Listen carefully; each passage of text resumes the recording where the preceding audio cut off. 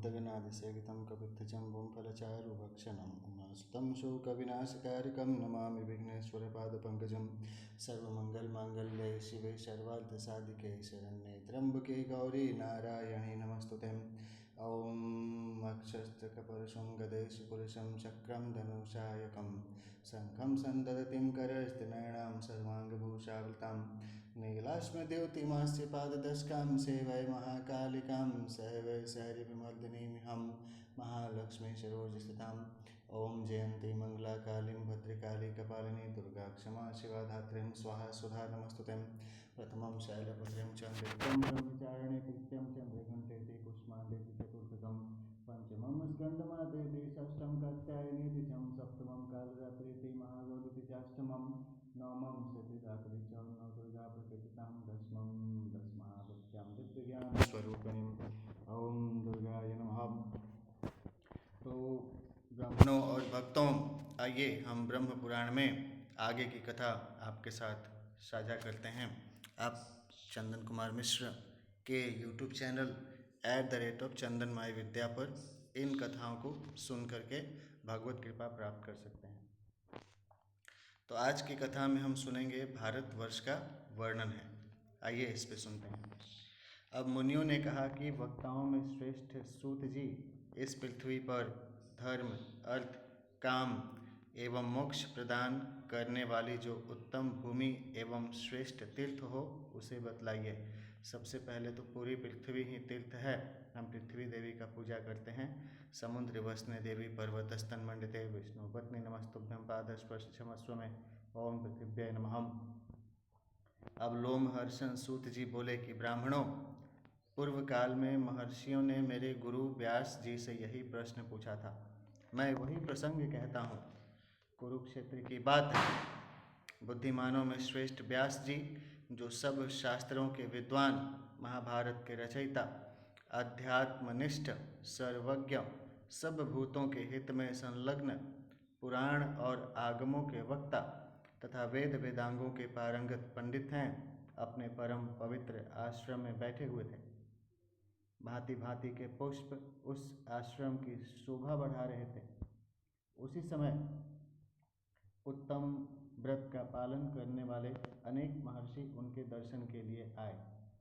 कश्यप, जमदग्नि, भारद्वाज, गौतम, वशिष्ठ, जैमिनी, धौम्य, मार्कंडेय, वाल्मीकि, विश्वामित्र, शतानंद, वातस्य, गार्ग्य, आसुरी, सुमंतु, भार्गव, कण्व, मेधातिथि, मांडव्य, चैवन, धूम्र, असित, देवल, मौद्गल्य, तृणयज्ञ, पिप्पलाद, अकृतव्रण, संवर्त, कौशिक, रैभ्य, मैत्रेय, हरित, शांडिल्य, विभांड, दुर्वासा, लोमस, नारद, पर्वत, वैशंपायन, गालव, भास्करी, पूरण, सूत, पुलस्त्य, कपिल, पुलह, देवस्थान, सनत कुमार, पैल, कृष्ण तथा कृष्णानुभौतिक, ये तथा और भी मेघामुनि और भी सारे ऋषिगण हैं।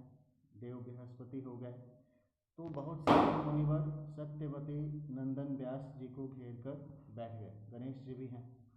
उनके बीच में व्यास जी नक्षत्रों से घिरे हुए चंद्रमा की भांति शोभा पाते हैं। कुछ बातचीत के बाद उन्होंने व्यास जी से अपना संदेह इस प्रकार पूछा। मुनि बोले कि मुने, आप वेद शास्त्र, पुराण, तंत्र शास्त्र, महाभारत, भूत, वर्तमान, भविष्य तथा संपूर्ण वांग्मय का ज्ञान रखते हैं। यह संसार एक समुद्र के समान है। देखिए इस चित्र में व्यास जी और जो अपने भक्तगणों के साथ कथा कह रहे हैं, इसका प्रसंग बताया गया है।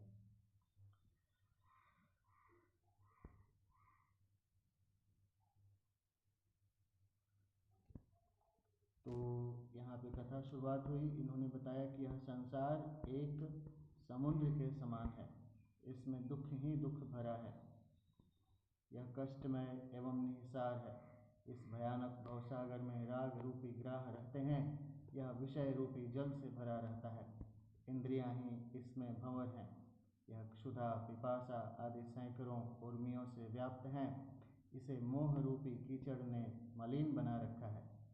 लोभ की गहराई के कारण इसके पार जाना अत्यंत कठिन है। हम देखते हैं कि संपूर्ण जगत इसमें डूबकर कोई सहारा न पा सकने के कारण अचेत बहा जा रहा है। अतः आपसे पूछते हैं, इस भयंकर संसार में कौन सा साधन कल्याणकारी है? इस बात का उपदेश देकर आप संपूर्ण लोकों का उद्धार कीजिए। इस पृथ्वी पर जो परम दुर्लभ मोक्षदायक क्षेत्र एवं कर्म भूमि है उसे बतलाइए, हम उसका श्रवण करना चाहते हैं। तब व्यास जी ने कहा कि पूर्व काल में महर्षियों का ब्रह्मा जी के साथ जो संवाद हुआ था उसे आप सब लोग सुने। प्रेम से बोलिए दुर्गा माता की जय, सरस्वती माता की जय, लक्ष्मी माता की जय, काली माता की जय, विष्णु भगवान की जय, शंकर भगवान की जय। तो अब आगे व्यास जी ने कहा कि पूर्व काल में महर्षियों का ब्रह्मा जी के साथ जो संवाद हुआ था उसे आप सब लोग सुने। नाना रत्नों से विभूषित मेरुगिरी के विशाल शिखर पर भगवान ब्रह्मा जी विराजमान थे। देवता, दानव, गंधर्व, यक्ष, विद्याधर, नाग, मुनि तथा सिद्ध उनकी सेवा में उपस्थित थे। उस समय भृगु आदि महर्षियों ने पितामह को प्रणाम करके इस प्रकार प्रश्न किया कि भगवान, इस पृथ्वी पर कर्म भूमि कौन है तथा दुर्लभ मोक्ष क्षेत्र कौन है, यह बताने की कृपा करें। प्रेम से बोलिए ब्रह्मदेव की जय। ओम ब्रह्मदेवाय नमः। ब्रह्मदेव का मंत्र भी जप करते हैं। तो यह बताने की कृपा करें, ऐसा प्रश्न पूछा गया। तब ब्रह्मा जी बोले कि मुनिवरों सुनो, इस पृथ्वी पर भारतवर्ष को कर्म भूमि बतलाया गया है। वह परम प्राचीन वेदों से संबंध रखने वाला तथा भोग और मोक्ष प्रदान करने वाला उत्तम क्षेत्र है। वहीं किए हुए कर्मों के फल रूप से स्वर्ग और नरक प्राप्त होते हैं। भारतवर्ष में पाप या पुण्य करके मनुष्य निश्चय ही उसके अशुभ अथवा शुभ फल का भागी होता है, और ऐसा ही विधान विश्व के अन्य देशों में भी किया गया है। वहाँ ब्राह्मण आदि वर्ण भली भांति संयम पूर्वक रहते हुए अपने अपने कर्मों का अनुष्ठान करके उत्तम सिद्धि को प्राप्त होते हैं। भारतवर्ष में संयमशील पुरुष धर्म, अर्थ, काम और मोक्ष सब कुछ प्राप्त करता है। इंद्र आदि देवताओं ने भारतवर्ष में शुभ कर्मों का अनुष्ठान करके देवत्व प्राप्त किया है।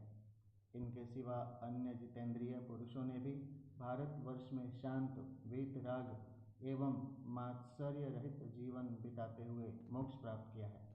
देवता सदा इस बात की अभिलाषा करते हैं कि हम लोग कब स्वर्ग एवं मोक्ष प्रदान करने वाले भारतवर्ष में जन्म लेकर निरंतर उसका दर्शन करेंगे।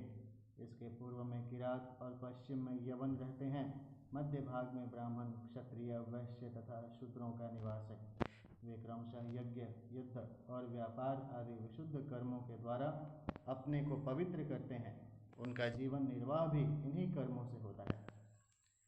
यहाँ किया हुआ पुण्य सकाम होने पर स्वर्ग आदि का तथा निष्काम होने पर मोक्ष का साधक होता है। इसी प्रकार पाप भी अपना फल प्रदान करता है। महेंद्र, मलय, सह्य, सुक्तिमान, वृक्ष पर्वत, विंध्य और परियात्रव, यही 7 यहाँ कुल पर्वत हैं। हम ब्रह्मदेव का मंत्र जप करते हैं। ओम ब्रह्मा मुरारी त्रिपुरांतकारिं भानु शशिभूमिसुतो बुधश्चम गुरुश्च शुक्रौ शनिराहु केतुं सर्वग्रह शांति कुरु भवन्तु। ओम शांति शांति शांति ही। तो 7 पर्वत के नाम बताए। उनके आसपास और भी हजारों पर्वत हैं। वे सभी विस्तृत, ऊंचे और रमणीय हैं। उनके शिखर भांति भांति के और सुंदर हैं।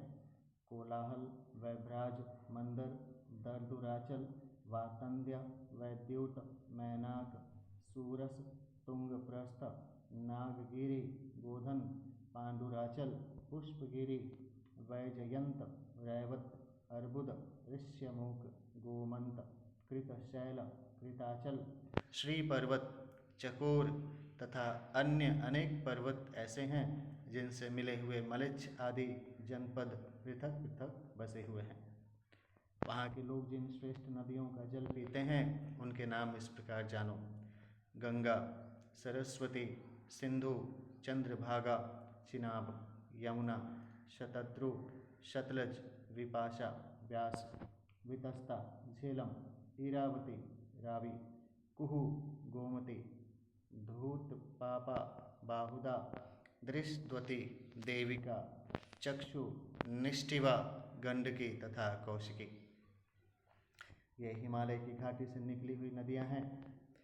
देव स्मृति, देववती, वातघ्नि, सिंधु, वेण्या, चंदना, सदानीरा, मही, चर्मणवती, चंबल, वृषि, विदिशा, वेदवती, क्षिप्रा तथा अवंती ये परियात्र पर्वत का अनुसरण करने वाली नदियां हैं। शोणा, सोन, महानदी, नर्मदा, सुरथा, क्रिया, मंदाकिनी, दशारणा, चित्रकूटा, चित्रोत्पला, वेत्रवती, बेतवा, कर्मोदा, विशाचिका, अति लघु श्रोणी, विपाम्पा, शैवला, चधेरुजा, शक्तिमती, शकुनी, त्रिदिवा, क्रमु तथा वेगवाहिनी ये नदियां ऋक्ष पर्वत की संतानें हैं। चित्रा, पयोष्णी, निर्विंध्या, तापी, वेणा, बैतरणी, सिनीवाली, कुमुद्वती, तोया, महागौरी, दुर्गा तथा अंतशीला ये पुण्य सलीला सरिताएं विंध्याचल की घाटियों से निकली हैं। गोदावरी, भीमरती, कृष्णवेणा, तुंगभद्रा, सुप्रयोगा तथा पापनाशनी ये श्रेष्ठ नदियां सह्यगिरि की शाखा से प्रकट हुई हैं। कृतमाला, ताम्रपर्णी, पुष्पवती, उत्पलावती ये शीतल जल वाली पवित्र नदियां मलयाचल से निकली हैं। पितृकुल्या, सोमकुल्या, ऋषिकुल्या, वंजुला, त्रिदिवा, लाडंलिनी तथा वंशकरा इनका प्राकट्य महेंद्र पर्वत से हुआ है। सुबिकाला, कुमारी, मनुगा, मंदगामिनी, क्षया और पलाशनी ये शुक्तिमान पर्वत से निकली हैं। समुद्र में मिलने वाली सभी नदियां पुण्य सलीला, सरस्वती तथा गंगा के समान हैं। सभी इस विश्व की जननी एवं पाप हारिणी मानी गई हैं। इनके अतिरिक्त भी सहस्त्रों छोटी छोटी नदियां बताई गई हैं, जिनमें से कुछ तो केवल वर्षा काल में बहती हैं और कुछ सदा ही जल से पूर्ण रहती हैं। मत्स्य, मुकुटकुल्य, कुंतल, काशी, कौशल, आंध्रक, कलिंग, शमक तथा वृक्क ये प्रायः मध्य देश के जनपद बताए गए हैं। सह्य पर्वत के उत्तर का प्रदेश जहाँ गोदावरी नदी बहती है संपूर्ण भूमंडल में सर्वाधिक मनोरम है। हम मंत्र जप करते हैं। ओम गंगे चैव जमुने चैव गोदावरी कृष्णा कावेरी जलेस्मिन् सन्निधिं कुरु। ओम पुंडरीकाक्षः पुनातो। वानप्रस्थ और संन्यास आश्रम के धर्मों का पालन करने से जो फल होता है, कुआं, बावली आदि खुदवाने, बगीचे लगाने, यज्ञ करने तथा अन्य शुभ कर्मों के अनुष्ठान से जो फल मिलता है वह सब केवल भारतवर्ष में ही सुलभ है। ब्राह्मणों, भारतवर्ष के समस्त गुणों का वर्णन करने में कौन समर्थ हो सकता है?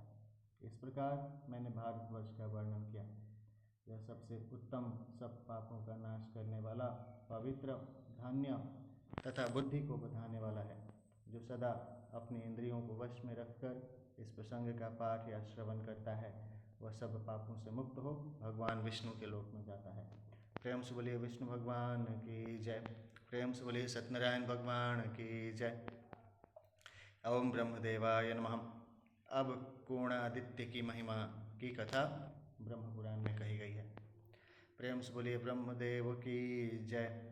ब्रह्मा जी कहते हैं, भारतवर्ष में दक्षिण समुद्र के किनारे ओंड्र देश के नाम से विख्यात एक प्रदेश है जो स्वर्ग एवं मोक्ष देने वाला है। समुद्र से उत्तर विरज मंडल तक का प्रदेश पुण्यात्माओं के संपूर्ण गुणों द्वारा सुशोभित है। उस देश में उत्पन्न जो जितेंद्रिय ब्राह्मण तपस्या एवं स्वाध्याय में संलग्न रहते हैं वे सदा ही वंदनीय एवं पूजनीय हैं। उस देश के ब्राह्मण श्राद्ध, दान, विवाह, यज्ञ अथवा आचार्य कर्म सभी कार्यों के लिए उत्तम हैं। वे षड कर्म परायण, वेदों के पारंगत विद्वान, इतिहासवेत्ता, पुराणार्थ विशारद, सर्वशास्त्रार्थ कुशल, यज्ञशील और राग द्वेष से रहित होते हैं। कोई वैदिक अग्निहोत्र में लगे रहते और कोई स्मार्त अग्नि की उपासना करते हैं। वे स्त्री, पुत्र और धन से संपन्न, दानी और सत्यवादी होते हैं तथा योग्य उत्सव में से विभूषित पवित्र उत्कल देश में निवास करते हैं। वहाँ क्षत्रिय आदि अन्य 3 वर्णों के लोग भी परम संयमी, स्वकर्म परायण, शांत और धार्मिक होते हैं। उक्त प्रदेश में भगवान सूर्य कोणादित्य के नाम से विख्यात होकर रहते हैं। उनका दर्शन करके मनुष्य सब पापों से मुक्त हो जाता है। हम देवी माता से प्रार्थना करते हैं। सर्व मंगल मांगल्ये शिवे सर्वार्थ साधिके शरण्ये त्र्यंबके गौरी नारायणी नमस्तुते। और सूर्य भगवान से प्रार्थना करते हैं, हे सूर्य सहस्त्रांशो तेजो राशि जगत्पते अनुक्यं ब्रह्मा भक्त्यां गृहाणार्कं दिवाकरं आदिदेव नमस्तुभ्यं प्रसीद मम भास्करं दिवाकर नमस्तुभ्यं प्रभाकर नमस्तुते। मुनियों ने कहा कि सूर्य श्रेष्ठ, पूर्वोक्त औंड्र देश में जो सूर्य का क्षेत्र है जहाँ भगवान भास्कर निवास करते हैं उसका वर्णन कीजिए। इस समय हम उसे ही सुनना चाहते हैं। तब ब्रह्मा जी बोले, मुनिवरों, लवण समुद्र का उत्तर तट अत्यंत मनोहर और पवित्र है। वह सब और वालुका राशि से आच्छादित है। उस सर्वगुण संपन्न प्रदेश में चंपा, अशोक, मौल, सीरी, करवीर, कनेर, गुलाब, नागकेसर, ताड़, सुपारी, नारियल, कैथ और अन्य नाना प्रकार के वृक्ष चारों ओर शोभा पाते हैं। वहाँ भगवान सूर्य का पुण्य क्षेत्र है जो संपूर्ण जगत में विख्यात है। उसका विस्तार सब ओर से 1 योजन से अधिक है।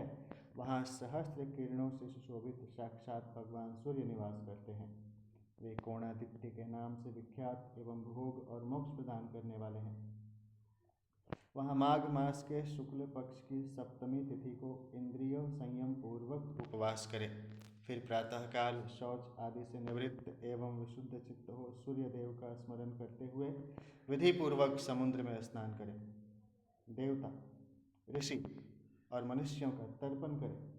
तत्पश्चात जल से बाहर आकर 2 स्वच्छ वस्त्र धारण करें। फिर आचमन करके पवित्रता पूर्वक सूर्योदय के समय समुद्र के तट पर पूर्वाभिमुख होकर बैठे। लाल चंदन और जल से तांबे के पात्र में एक अष्टदल कमल की आकृति बनाए जो केसर युक्त और गोलाकार हो। उसकी कर्णिका ऊपर की ओर उठी हो। फिर तिल, चावल, जल, लाल चंदन, लाल फूल और कुशा उस पात्र में रख दें। तांबे का बर्तन न मिले तो मदार के पत्ते का दोना बनाकर उसी में तिल आदि रखें।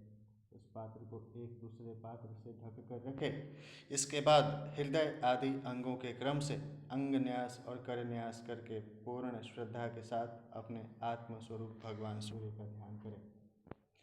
पूर्वोक्त अष्टदल कमल के मध्य भाग में तथा अग्नि, नैऋत्य, वायव्य और ईशान कोणों के तलों में एवं पुनः मध्य भाग में क्रमशः प्रभूत, विमल, सार, आराध्य, परम और सुखरूप सूर्य देव का पूजन करें। इसके अनंतर वहाँ आकाश से सूर्य देव का आवाहन करके कर्णिका के ऊपर उनकी स्थापना करें।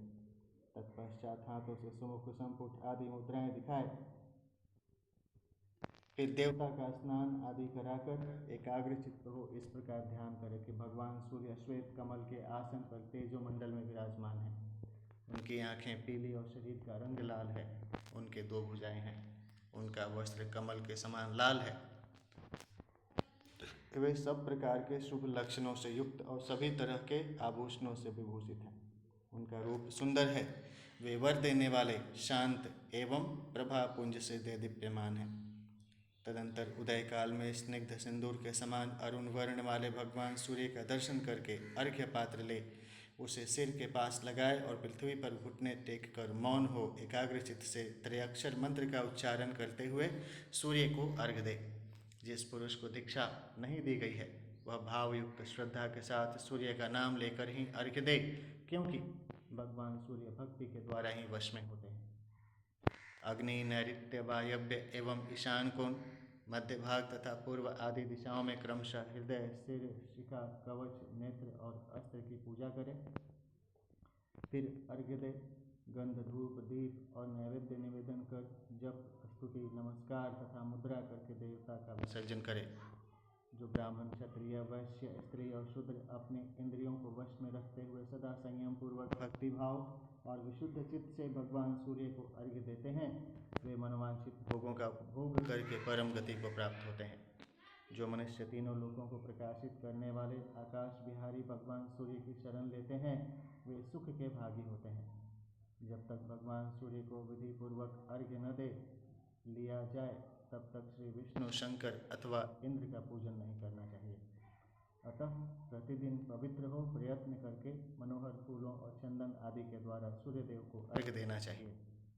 इस प्रकार जो सप्तमी तिथि को स्नान करके शुद्ध एवं एकाग्र चित्त हो सूर्योदय को अर्घ्य देता है उसे मनवांछित फल प्राप्त होता है। रोगी पुरुष रोग से मुक्त हो जाता है। धन की इच्छा रखने वाले को धन मिलता है।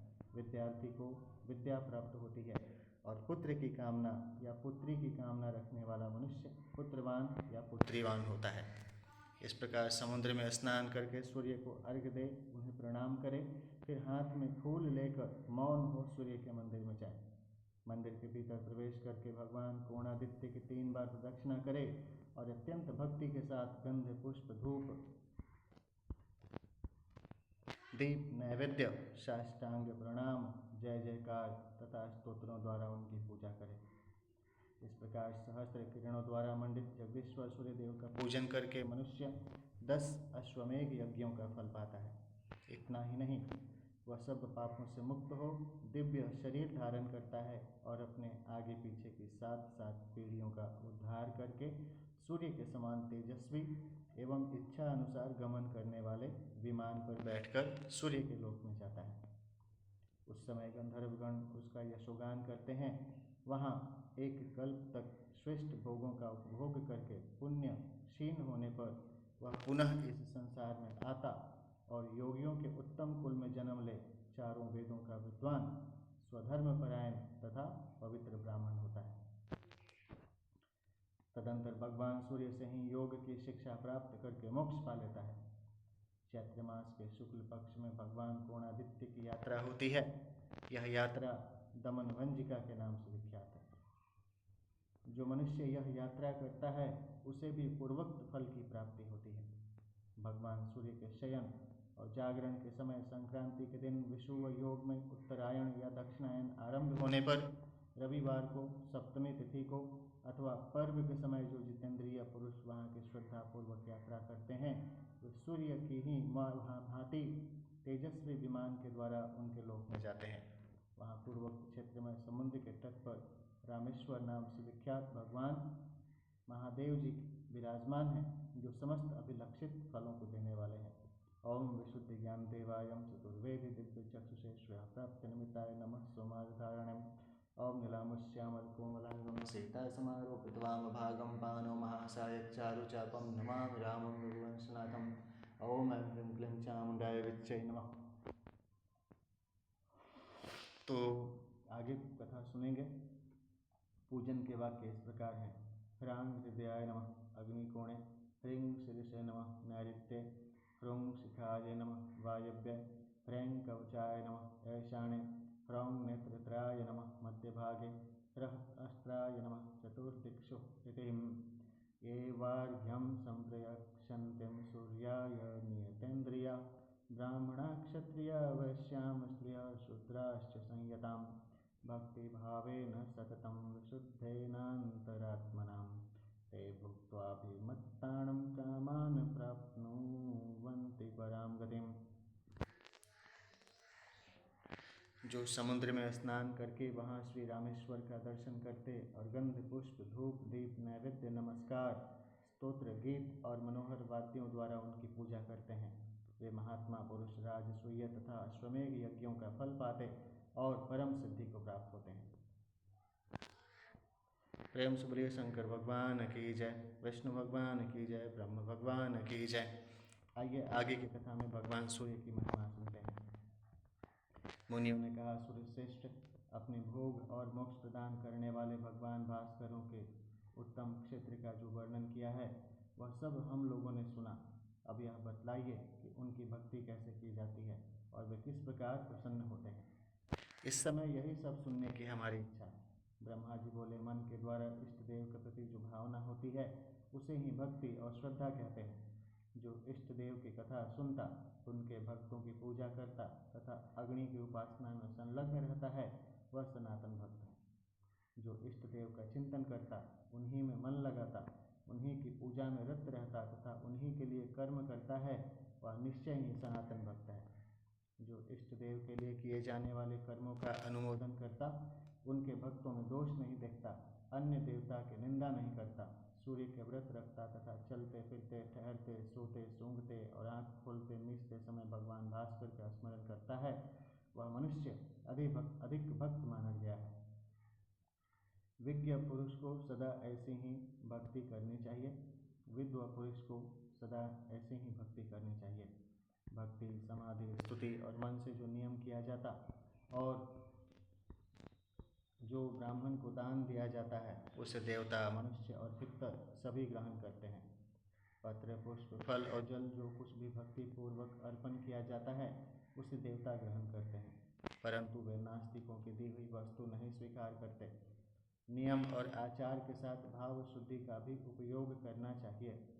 हृदय के भाव को शुद्ध रखते हुए जो कुछ किया जाता है, वह सब सफल होता है। भगवान सूर्य के स्तवन, जप, उपहार, समर्पण, पूजन, उपवास, व्रत और भजन से मनुष्य सब पापों से मुक्त हो जाता है। जो पृथ्वी पर मस्तक रखकर भगवान सूर्य को नमस्कार करता है, वह तत्काल सब पापों से छूट जाता है, इसमें तनिक भी संदेह नहीं है। जो मनुष्य भक्तिपूर्वक सूर्यदेव की प्रदक्षिणा करता है, उसके द्वारा सातों द्वीपों सहित पृथ्वी की परिक्रमा हो जाती है। जो सूर्यदेव को अपने हृदय में धारण करके केवल आकाश की प्रदक्षिणा करता है, उसके द्वारा निश्चय ही संपूर्ण देवताओं की परिक्रमा हो जाती है। जो षष्ठी या सप्तमी को एक समय भोजन करके, नियम और व्रत का पालन करते हुए सूर्यदेव का भक्ति पूर्वक पूजन करता है, उसे अश्वमेध यज्ञ का फल मिलता है। एक मंत्र है, भाव शुद्धि प्रयुक्तव्याम नियमाचार संयुताम भाव शुद्ध्याम क्रियते यतत सर्वं सफलं भवेत् स्तुति जप्योपहारेण पूजयापि विवस्वतः उपवासेन भक्त्यां वै सर्वपापै प्रमुच्यते प्राणिधाय शिरो भूम्यां नमस्कारं करोति यः तत्क्षणात् सर्वपापेभ्यो मुच्यते नात्र संशयम् भक्तियुक्तो नरो यो असौ रवः कुर्यात् प्रदक्षिणां प्रदक्षिणीकृता तेनं सप्तद्वीपां वसुन्धरां सूर्यमनसि यः कृत्वां कुर्याद् व्योम प्रदक्षिणां प्रदक्षिणीकृतास्तेनं सर्वे देवा भवन्ति। जो षष्ठी अथवा सप्तमी को दिन रात उपवास करके भगवान भास्कर का पूजन करता है, वह परम गति को प्राप्त होता है। जब शुक्ल पक्ष की सप्तमी को रविवार हो, उस दिन विजया सप्तमी होती है। उसमें दिया हुआ दान महान फल देने वाला है। विजया सप्तमी को किया हुआ स्नान, दान, तप, होम और उपवास सब कुछ बड़े बड़े पापों का नाश करने वाला है। जो मनुष्य रविवार के दिन श्राद्ध करते और महातेजस्वी सूर्य का यजन करते हैं, उन्हें अभिष्ट फल की प्राप्ति होती है। जिनके समस्त धार्मिक कार्य सदा भगवान सूर्य के उद्देश्य से होते हैं, उनके कुल में कोई दरिद्र अथवा रोगी नहीं होता। जो सफ़ेद, लाल अथवा पीली मिट्टी से भगवान सूर्य के मंदिर को लीपता है, उसे मनवांछित फल की प्राप्ति होती है। जो निराहार रहकर भांति भांति के सुगंधित पुष्पों द्वारा सूर्यदेव का पूजन करता है, उसे अभिष्ट फल की प्राप्ति होती है। जो घी अथवा तिल के तेल से दीपक जलाकर भगवान सूर्य की पूजा करता है, वह कभी अंधा नहीं होता। दीपदान करने वाला मनुष्य सदा ज्ञान के प्रकाश से प्रकाशित रहता है। जो सदा देव मंदिरों, चौराहों और सड़कों पर दीपदान करता है, वह रूपवान तथा सौभाग्यशाली होता है। दीप की शिखा सदा ऊपर की ओर ही उठती है, उसकी गति कभी नीचे की ओर नहीं जोती। इसी प्रकार दीपदान करने वाला पुरुष भी दिव्य तेज से प्रकाशित होता है, वह कभी तिर्यक योनि में नहीं पड़ता। जलते हुए दीपक को न कभी चुराए न नष्ट करे। दीप हरता मनुष्य बंधन, नाश, क्रोध एवं तमोमय नरक को प्राप्त होता है। उदय काल में प्रतिदिन सूर्य को अर्घ्य देने से एक ही वर्ष में सिद्धि प्राप्त होती है। सूर्य के उदय से लेकर अस्त तक उनकी ओर मुंह करके खड़े हो किसी मंत्र अथवा स्तोत्र का जप करना आदित्य व्रत कहलाता है। यह बड़े बड़े पातकों का नाश करने वाला है। सूर्योदय के समय श्रद्धापूर्वक अर्घ्य देकर सब कुछ सांगोपांग दान करें, इससे सब पापों से छुटकारा मिल जाता है। अग्नि, जल, आकाश, पवित्र भूमि, प्रतिमा तथा पिंडी प्रतिमा की वेदी में यत्न पूर्वक सूर्यदेव को अर्घ्य देना चाहिए। उत्तरायण अथवा दक्षिणायन में सूर्यदेव का विशेष रूप से पूजन करके मनुष्य सब पापों से मुक्त हो जाता है। इस प्रकार जो मानव प्रत्येक वेला में अथवा कुवेला में भी भक्तिपूर्वक श्री सूर्यदेव का पूजन करता है वह उन्हीं के लोक में प्रतिष्ठित होता है। जो तीर्थों में पवित्र हो भगवान सूर्य को स्नान कराने के लिए एकाग्रता पूर्वक जल भरकर लाता है वह परम गति को प्राप्त होता है। छत्र, ध्वजा, चंदोवा, पताका और चंवर आदि वस्तुएं सूर्यदेव को श्रद्धापूर्वक समर्पित करके मनुष्य अभिष्ट गति को प्राप्त होता है। मनुष्य जो पदार्थ भगवान सूर्य को भक्तिपूर्वक अर्पित करता है उसे वे लाख गुना करके उस पुरुष को देते हैं। भगवान सूर्य की कृपा से मानसिक, वाचिक तथा शारीरिक समस्त पाप नष्ट हो जाते हैं। सूर्यदेव के एक दिन के पूजन से भी जो फल प्राप्त होता है वह शास्त्रोक्त दक्षिणा से युक्त सैकड़ों यज्ञों के अनुष्ठान से भी नहीं मिलता। मुनियों ने कहा कि जगतपते, भगवान सूर्य का यह अद्भुत महात्म्य हमने सुन लिया, अब पुनः हम जो कुछ पूछते हैं उसे बतलाइए। गृहस्थ, ब्रह्मचारी, वानप्रस्थ और सन्यासी जो भी मोक्ष प्राप्त करना चाहे उसे किस देवता का पूजन करना चाहिए? अर्घ्येण सहितं चैवं सर्गं साङ्गं प्रेदापयेत् उदये श्रद्धां युक्तः सर्वपापैः प्रमुच्यते। अग्नौ तोयन्तरिक्षे च शुचो भूम्यां तथैव च प्रतिमायां तथा पिण्डां देवमर्घ्यं प्रयत्नतः। कैसे उसे अक्षय स्वर्ग की प्राप्ति होगी, किस उपाय से वह उत्तम मोक्ष का भागी होगा तथा वह किस साधन का अनुष्ठान करे जिससे स्वर्ग में जाने पर उसे पुनः नीचे न गिरना पड़े। तब ब्रह्मा जी बोले, द्विजवरों एवं भक्तों, भगवान सूर्य उदय होते ही अपनी किरणों से संसार का अंधकार दूर कर देते हैं, अतः उनसे बढ़कर दूसरा कोई देवता नहीं है। वे आदि अंत से रहित सनातन पुरुष एवं अविनाशी हैं तथा अपनी किरणों से प्रचंड रूप धारण कर तीनों लोकों को ताप देते हैं। संपूर्ण देवता इन्हीं के स्वरूप हैं। ये तपने वालों में श्रेष्ठ संपूर्ण जगत के स्वामी, साक्षी तथा पालक हैं। यही बारंबार जीवों की सृष्टि और संहार करते हैं तथा यही अपनी किरणों से प्रकाशित होते, तपते और वर्षा करते हैं। ये धाता, विधाता, संपूर्ण भूतों के आदि कारण और सब जीवों को उत्पन्न करने वाले हैं। ये कभी क्षीण नहीं होते। इनका मंडल सदा अक्षय बना रहता है। ये पितरों के भी पिता और देवताओं के भी देवता हैं। इनका स्थान ध्रुव माना गया है, जहाँ से फिर नीचे नहीं गिरना पड़ता। सृष्टि के समय संपूर्ण जगत सूर्य से ही उत्पन्न होता है और प्रलय के समय अत्यंत तेजस्वी भगवान भास्कर में ही उसका लय होता है। असंख्य योगी जन अपने कलेवर का परित्याग करके वायु स्वरूप हो तेज राशि भगवान सूर्य में ही प्रवेश करते हैं। राजा जनक आदि गृहस्थ योगी, बाल खिल्य आदि ब्रह्मवादी, महर्षि व्यास आदि वानप्रस्थ ऋषि तथा कितने ही सन्यासी योग का आश्रय ले सूर्यमंडल में प्रवेश कर चुके हैं। व्यासपुत्र श्रीमान सुखदेव जी भी योग धर्म प्राप्त करने के अनंतर सूर्य की किरणों में पहुंचकर ही मोक्ष पद में स्थित हुए। इसलिए आप सब लोग सदा भगवान सूर्य की आराधना करें, क्योंकि वे संपूर्ण जगत के माता, पिता और गुरु हैं। गुरुर् ब्रह्मा गुरुर्विष्णु गुरुर्देवो महेश्वरं गुरुः साक्षात् परं ब्रह्म तस्मै श्री गुरुवे नमः। ओम सूर्याय नमः। अव्यक्त परमात्मा समस्त प्रजापतियों और नाना प्रकार की प्रजाओं की सृष्टि करके अपने को 12 रूपों में विभक्त करके आदित्य रूप से प्रकट होते हैं। इंद्र, धाता, परजन्य, त्वष्टा, पूषा, अर्यमा, भग, विवस्वान, विष्णु, अंशुमान, वरुण और मित्र, इन 12 मूर्तियों द्वारा परमात्मा सूर्य ने संपूर्ण जगत को व्याप्त कर रखा है। भगवान आदित्य की जो प्रथम मूर्ति है उसका नाम इंद्र है। वह देवराज के पद पर प्रतिष्ठित है। वह देव शत्रुओं का नाश करने वाली मूर्ति है। भगवान के दूसरे विग्रह का नाम धाता है, जो प्रजापति के पद पर स्थित हो नाना प्रकार के प्रजा वर्ग की सृष्टि करते हैं। सूर्यदेव की तीसरी मूर्ति परजन्य के नाम से विख्यात हैं, जो बादलों में स्थित हो अपनी किरणों द्वारा वर्षा करती हैं। उनके चतुर्थ विग्रह को त्वष्टा कहते हैं। त्वष्टा संपूर्ण वनस्पतियों और औषधियों में स्थित रहते हैं। उनकी पांचवी मूर्ति पूषा के नाम से प्रसिद्ध हैं, जो अन्न में स्थित हो सर्वदा प्रजाजनों की पुष्टि करती हैं। सूर्य की जो छठी मूर्ति है उसका नाम अर्यमा बताया गया है। वह वायु के सहारे संपूर्ण देवताओं में स्थित रहती हैं। भानु का 7वां विग्रह भग के नाम से विख्यात है। वह ऐश्वर्य तथा देहधारियों के शरीरों में स्थित होता है। सूर्यदेव की 8वीं मूर्ति विवस्वान कहलाती हैं। वह अग्नि में स्थित हो जीवों के खाए हुए अन्न को पचाती हैं। उनकी 9वीं मूर्ति विष्णु के नाम से विख्यात हैं, जो सदा देव शत्रुओं का नाश करने के लिए अवतार लेती हैं। यदा यदा हि धर्मस्य ग्लानिर्भवति भारत अभ्युत्थानम् अधर्मस्य तदात्मानं सृजाम्यहम् परित्राणाय साधूनां विनाशाय च दुष्कृतां धर्म संस्थापनार्थाय संभवामि युगे युगे। प्रेम से बोलिए विष्णु भगवान की जय।